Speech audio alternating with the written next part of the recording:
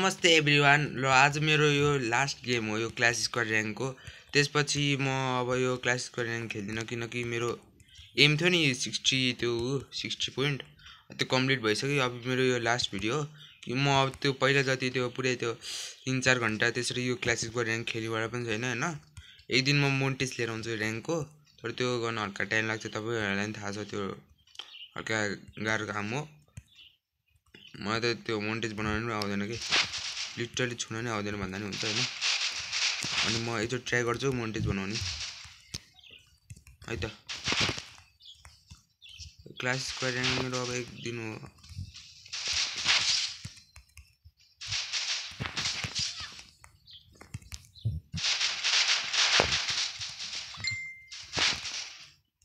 ठीक छ,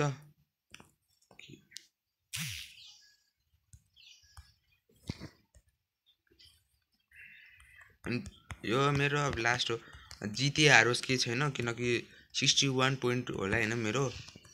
म यसमा धेरै नै खेल्छु, छोडिदिन्छु र्याङ्क खेल्छु नि धेरै। अब हिरोको निम्ति पुस हान्ने हो।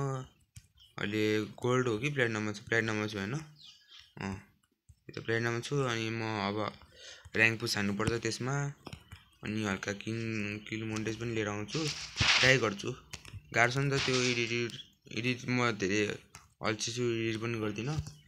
त्यही भएर मलाई चाहिँ हल्का धेरै नै गाह्रो हुन्छ।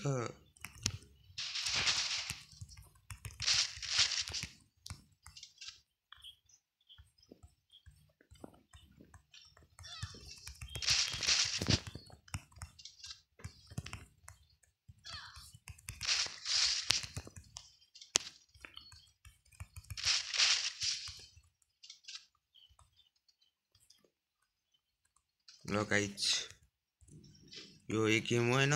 त्यसपछि त बाई बाई भन्ने नि क्लासको र्याङ्कलाई। हल्का धेरै पोइन्ट बनाइदिए के।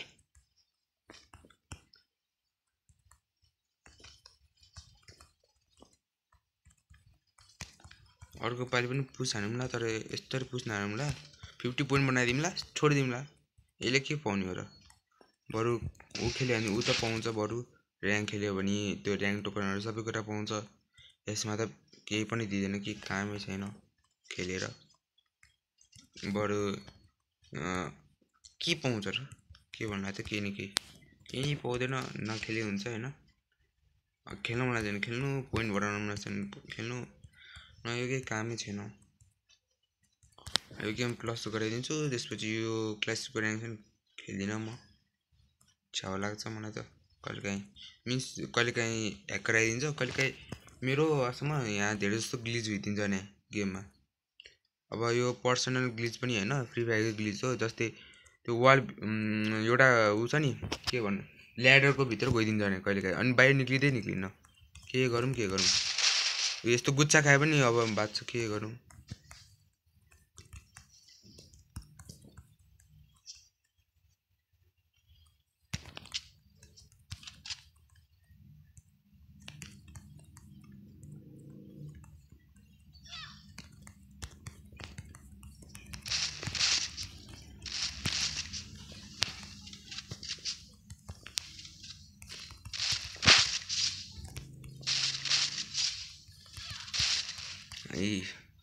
अब यस्तो टट्टीहरू पनि आउँछ कि कहिलेकाहीँ। एक गोलीको छ कोही पनि आउँदैन। अब किल लिने बेला चाहिँ सबैजना आउँछ फेरि, रिभाइभ दिने बेला कोही पनि आउँदैन। त्यही हो, साथीहरू पर्मानेन्ट बनाउनुपर्छ। यस्तोहरूसँग खेल्यो भने त गयो गेम। यो त बुया गरेर छाड्छु। अनि त्यसपछि म यो अब अर्को सिजन आएपछि मात्रै खेल्ने हो, पुस हान्ने हो। तर पुस हान्ने मोन्टेजै बनाउनु जस्तै भएछ। त्यसमा हल्का इजी हुन्छ नि त। र्याङ्कको धेरै नै एडिट गर्नुपर्छ। मलाई एडिट गर्न आउँदैन, धेरै एडिट गर्न आउँदैन भन्दा नि हुन्छ। अनि खेल्न पनि आउँदैन। अर्को टाइममा हल्का अर्कै लिएर आउँछु है गाइज। त्यही हो, अरू केही भन्नु छैन मलाई।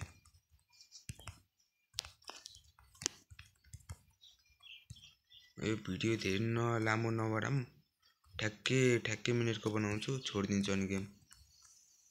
त्यो गाइज, यो लो गाइज, माथि चढ्ने र हान्ने प्लान छ त्यो यिनीहरूको। हामी पनि उनीहरूको साइडबाट गइदिउँ न। गेम बुया भने झ्याउ हुँदैन फेरि। अब यहीँ फेरि उनीहरूले एउटा पोइन्ट लियो भने तर उनीहरूले लिन सक्दैन नुबहरू। एक सट हान्छु 2 जना ढल्छ काम छैन। त्यही भएर हट जम त हो।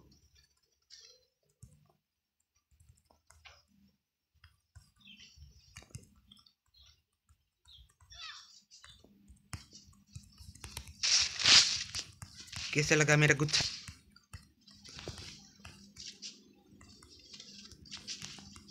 आगे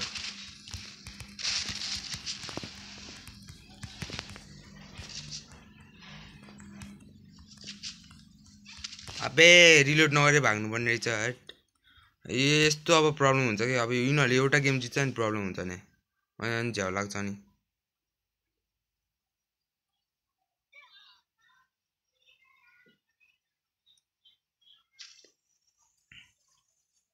झऱ्यो हान्न नुब ओपी हेडसट खायो। यो गेम जिताइदिए रे देवा। जिताउँछ कि जिताउँदैन मेरो चाहिँ हिसाबबाट जिताउँदैन। यसलाई भाग्नुपर्छ अब अगाडि कि उनीहरूले भाग्नुपर्छ? उनीहरूले पहिला भाग्नुपर्छ त यसलाई भाग्नु पऱ्यो। अब नुब्रा जिताउँदैन त्यो त पक्कै हो। माथि एउटा इनिमी रहेछ नि डर पेल्छ यहीँ पछाबाट पेल्यो यो। अब यस्तो लामो हुन्छ नि यस्तै हो। अब बुया भयो। अब मेरो 61 कि 62 पोइन्ट हुन्छ हेर्नुपर्छ होइन।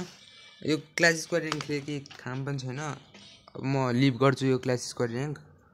केही काम हाइएस्ट पोइन्ट भइसक्यो मेरो। ठिक छ बाई बाई। 61 पोइन्ट भइहाल्यो नि। माइनस हो नि बाल छैन। अब म कहिले काहीँ मात्रै खेल्ने अब युट्युब